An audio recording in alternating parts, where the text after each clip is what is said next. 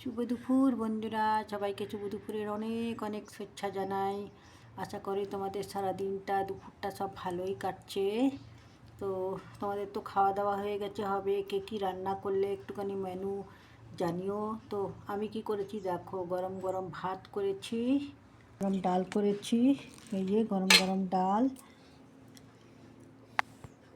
ডালের বড়ার তরকারি করেছি, এই কলমি শাক করেছি, লাউয়ের তরকারি, এটা কাঁচকলার তরকারি কালকেরই, আর পটল ভাজা করেছি, মূলোর ঘন্ট করেছি, কলমি শাক।